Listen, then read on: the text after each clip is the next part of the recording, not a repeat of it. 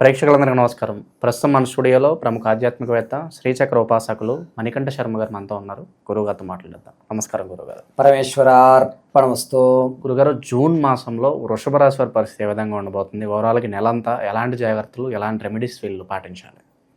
వృషభ రాశి వారు ముందుగా కృత్తికా నక్షత్రం 2, 3, 4 పాదాలు, అదేవిధంగా రోహిణీ నక్షత్రం 4 పాదాలు, మృగశిర నక్షత్ర 1, 2 పాదాల వారు వృషభంలోకి విచ్చేస్తారు.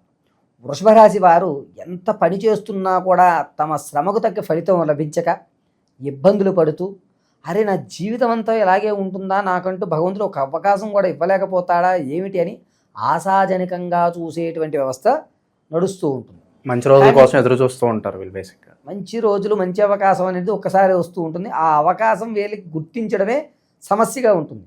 పక్క వాళ్ళు గుర్తించి వీళ్ళకి చెప్తారు, నీకేలా వచ్చింది అనగా నాకేనా వచ్చింది, మంద కాదనుకుంటా అనేటువంటి ధోరణిలో ఉంటారు వృషభం వారు. కాబట్టి ఈ వృషభ రాశి వారు ఎవరైతే ఉన్నారో వారు కాస్త ఇబ్బందిదాయకంగా, అంటే కుటుంబంలో కలహాలు అనేటువంటివి ఏర్పడుతూ ఉంటాయి. గర్భిణీ స్త్రీలు ఎవరైతే ఉన్నారో వాళ్ళు సత్సంతాన్ని పొందుతారు. వివాహం కావాల్సిన వారికి వివాహం అనేటువంటిది ఈ నెల జరగదు. అదేవిధంగా సంతానం కోసం ఎవరైతే పాకులాడుతున్నారో వారికి వచ్చే నెల తప్ప ఈ నెలలో అవకాశం లేదు.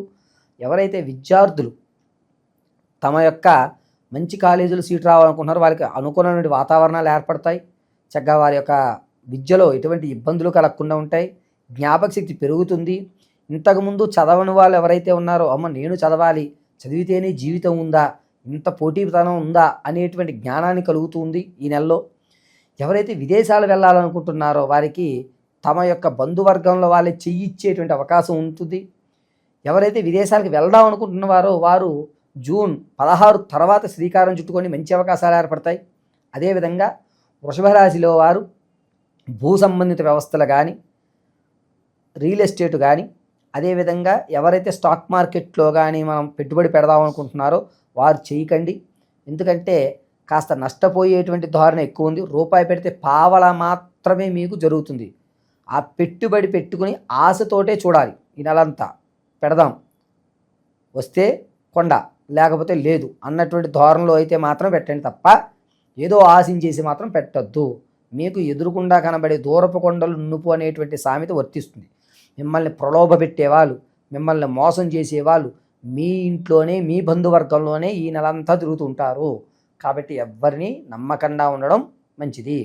తదనంతరం ఎవరైతే భార్యాభర్తల మధ్య కీచులాట్లు ఉంటాయో వారు కాస్త జాగ్రత్తగా ఉండడం మంచిది. మిమ్మల్ని ప్రలోభ పెట్టి కాంప్రమైజ్ అనేటువంటిది చేస్తారు. ఎవ్వరూ మారరు. ఈవిడ మారడు, ఆవిడ మారరు. కాంప్రమైజ్ మాత్రమే చేసి వెళ్ళిపోతారు. రాజకీయ నాయకులకు మంచి అవకాశం ఏర్పడుతుంది. ఎవరైతే సినీ రంగంలో ఉన్నారో వారికి అంత ఆశాజనకంగా ఉండదు. సాంఘిక సాంస్కృతిక కార్యక్రమాల్లో పాల్పంచుకుంటున్నారో వారికి మంచి అవకాశాలు అనేటువంటివి ఏర్పడుతున్నాయి. అంతేకాకుండా ఈ రాశిలో ఉన్నటువంటి వారు వ్యాపారం ప్రారంభం చేద్దాం అనుకున్న వారు జూన్ 9వ తారీఖు తర్వాత నుంచి ప్రారంభం చేసుకోండి. వ్యాపారం దగ్గరికి వచ్చేసరికి ఏమిటంటే మీరు ఫాస్ట్ ఫుడ్స్, అంటే చిన్న చిన్న బల్లులు పెట్టుకుంటూ ఉంటారు సరే, ట్రక్ ఫుడ్ కోర్టు అటువంటివి లభిస్తూ ఉంటాయి. అటువంటివి చాలా బాగా ఉపయోగపడతాయి.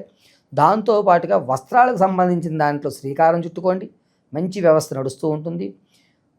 ఆడవారికి సంబంధించి సౌందర్యమైన ప్రొడక్ట్స్ ఏవైతే అమ్మగలుగుతారో మీకు మాత్రం అద్భుతమైన అవకాశాలు కలుగుతూ ఉంటాయి. ఇక కుటుంబంలో మనం ఎంత చెప్పినా కూడా మన మాటకు విలువ లేకపోవడం వల్ల మనమేదో తప్పు చేస్తున్నాం అనేటువంటి దాంతో మనల్ని బ్లేమ్ చేసేటువంటి అవకాశం కలుగుతుంది. వృషభ రాశి వారికి ఎంతసేపటికి ఎంత న్యాయం చెప్పండి, ఎంత ధర్మంగా ఉండండి, మీదే తప్పు అనేటువంటి వ్యవస్థ నడుస్తుంది. శరీరంలో మాత్రం ఎముకలకు సంబంధించిన చాలా జాగ్రత్తగా ఉండాలి. వాహనాల మీద ప్రయాణం చేసేటప్పుడు సెల్ఫ్ డ్రైవ్ అనేది చాలా ఇంపార్టెంట్. వేరే వాళ్ళని నమ్ముకుని మాత్రం మీరు ఎక్కద్దు. ఎముకలకు సంబంధించిన యాక్సిడెంట్లు అనేటివి ఏర్పడుతూ ఉంటాయి. అంతేకాకుండా ఎక్కడైతే మెడ నరాల వ్యవస్థ ఉంటుందో అవి ఇబ్బంది పడేటువంటి విధంగా ఉంటుంది. ఆర్థికంగా కోల్పోయేటువంటి అవకాశం ఎక్కువ కనబడుతుంది. ఇదే విధంగా ధనం కానీ, బంగారు ఆభరణాలు కానీ, వస్తు సామాగ్రిలు కానీ ఇవి పోగొట్టుకునేటువంటి అవకాశం, అంటే నమ్మి ఇచ్చి మోసపోయేటువంటి అవకాశమే. అప్పు తీసుకురారా నాయన అని చెప్పి చైన్ ఇచ్చారనుకోండి, ఆడ అట్ని చెట్టు వెళ్ళిపోతాడు. అప్పు మీరు ఎవరికి ఇచ్చినా అప్పు మీరు తీరుస్తారు, మీకైతే అప్పు పుట్టదు. అది ఈ రాశి వారికి కూడా నడుస్తుంది. పైగా వృషభ రాశి వారు ప్రతినిత్యము కూడా త్వం దుర్గాయై నమః అని కానీ, క్లీం శ్రీం దుర్గాయై నమః అని కానీ, జగజ్జనని అనేటువంటి దుర్గాదేవి ఆరాధన చేయడం ఉత్తమం. గులాబీ పువ్వులతో ఆదివారము శుక్రవారం రోజున దుర్గాదేవి అర్చన గావించినట్లయితే కనుక మోసపూరితమైనటువంటి వ్యవస్థలు వెళ్లకుండా మీ స్థితి అనేటువంటిది మారేటువంటి అవకాశాలు ఏర్పడుతుంటాయి.